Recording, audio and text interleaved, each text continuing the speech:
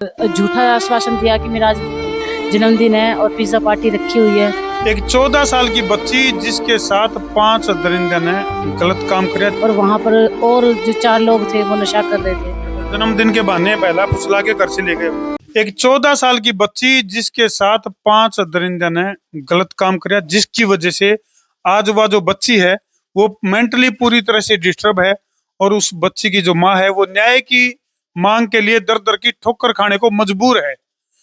तमंदाजा लाश को हो जिस माँ की 14 साल की बच्ची के गिले इस तरह का वाक्य घटा है तो उसका दिल पे क्या बीतती होगी इसका अंदाजा लगाना बहुत औखा है। तो बहन जी किस तरह का मामला है और 14 साल की जो आपकी बिटिया है इसके साथ कौन लोग थे जिन्होंने इस तरह की दरिंदगी करी?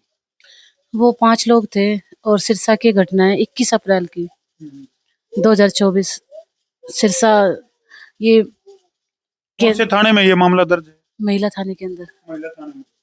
तो उसके ऊपर क्या एक्शन लिया गया है अब तक कितनी, क्योंकि 21 मार्च 21 अप्रैल 2024 21 अप्रैल 2024 की यह दुखद घटना है भाई, और उसके बाद अब तक गिरफ्तारी या कुछ क्या मामला? सिर्फ एक ही शख्स पकड़ा गया है जो कि हिमांशु है, जिसमें हर चीज की पुष्टि हो चुकी है, मेडिकल रिपोर्ट भी आ चुकी है।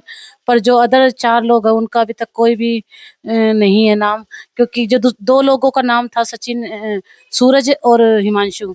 सूरज को जमानत पे रिहा कर दिया गया और हिमांशु अभी तक जेल में है। और लोगों की कोई भी अभी तक हमें जानकारी नहीं है कि कोई सजा का या फिर प्रावधान उसके उन पे लागू किया गया है। तो बहन जी मैं समझ सकूं हूँ घटना काफी दुखद है, लेकिन मैं थोड़ा सा जानना चाहूँ उस दिन वो क्या वाकया घटा था, वो जो मनहूस दिन था उस दिन किस तरह की घटनाक्रम आपकी 14 साल की जो बिटिया उसके साथ क्या घटना? ये 21 अप्रैल की घटना है और हिमांशु मेरी बेटी के साथ इंस्टाग्राम से इनका था, तो वह यानी अपनी बातों में लगा लिया उसने जो इंस्टाग्राम पे जुड़ के आपकी बेटी के इंस्टाग्राम अकाउंट के साथ। हाँ जी, हाँ जी। और झूठा आश्वासन दिया कि मेरा आज जन्मदिन है और पिज्जा पार्टी रखी हुई है और इस तरीके से उन्होंने उसको गुमराह करके घर में ही से ही लेकर गए। अच्छा, जन्मदिन के बहाने पहला फुसला के घर से ले गए वो? घर से ले गए थे और वहां पर और जो 4 लोग थे वो नशा कर रहे थे। कहाँ लेके गए थे बच्ची को? क्लब पिजारिया। अच्छा। क्लब पिजारिया एक रेस्टोरेंट है, उसके अंदर ही लेकर गए थे और वहां पर जाकर उन्होंने इसको नशे की कुछ चीज खिलाई जिससे कि ये अपने सुध बुध खो बैठी, जिसके अंदर ये होश में तो थी पर कुछ कर नहीं रही थी, कर नहीं पा रही थी। यानी कोई ऐसी डोज दी गई जिसकी वजह से इसके हाथ पांव ने काम करना बंद बिल्कुल, बिल्कुल। और अब सिर्फ यही अपील है कि जो 4 जो बाहर है उन लोगों को इसमें उनको भी कड़ी से कड़ी सजा मिले। 30 मार्च को मेरी अभी गवाही है, तो बस यही दरख्वास्त है आप लोगों से कि इस केस को ढीला ना छोड़कर किसी और लड़की के साथ ऐसी घटना ना हो भविष्य में और इस पर सख्त से सख्त कार्रवाई की जाए।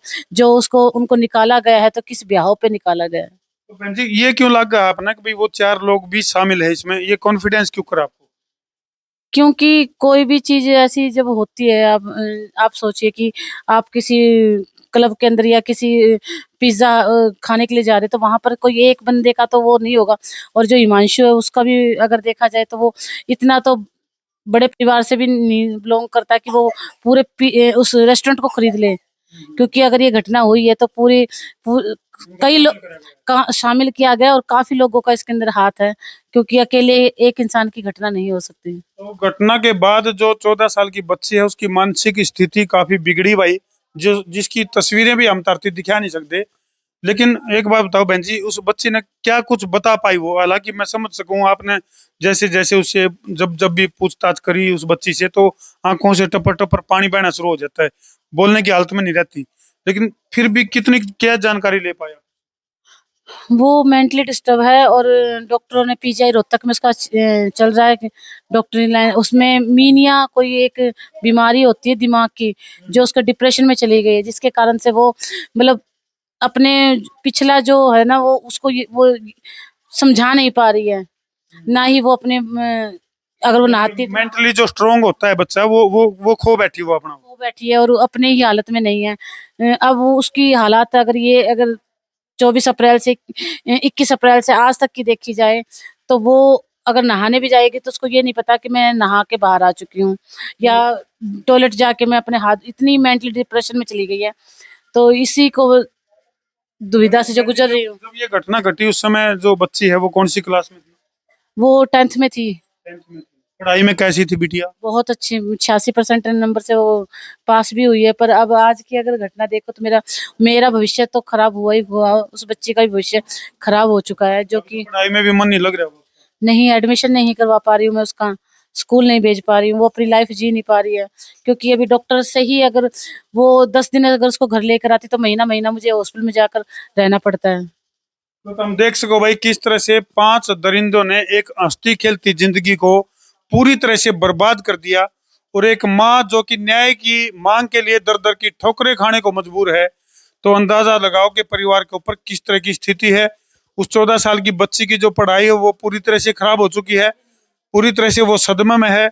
और आगे की जो लाइफ है वो कैसी होगी, ये भी एक बहुत बड़ा सवाल है। डॉक्टरों ने तो यही बोला कि इसको पूरी लाइफ टाइम में इसको ये दवाइयाँ खानी पड़ेगी, क्योंकि अगर अब मैं 2 दिन की भी अगर दवाई मिस करती हूँ तो ये मेंटली हालत में आ जाती है। तो बहन जी इसकी जो शिकायत आपने दर्ज करवाई थी कौन से थाने में दर्ज करवाई थी? ये एसपी साहब को मैंने शुरुआत में लगाई। सिरसा। हाँ, एसपी सिरसा में लगाई थी।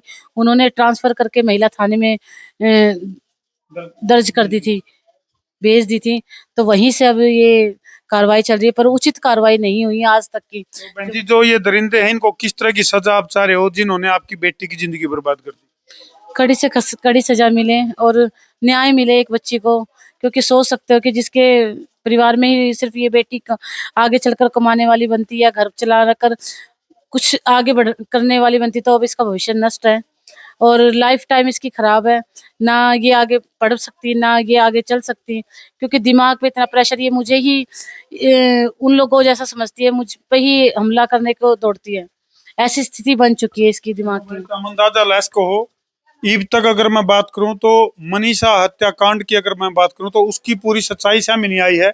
लेकिन उसके बावजूद भी सरकारें बड़े बड़े दावे कर रहे हैं बोलिए बेटी बचाओ और बेटी पढ़ाओ।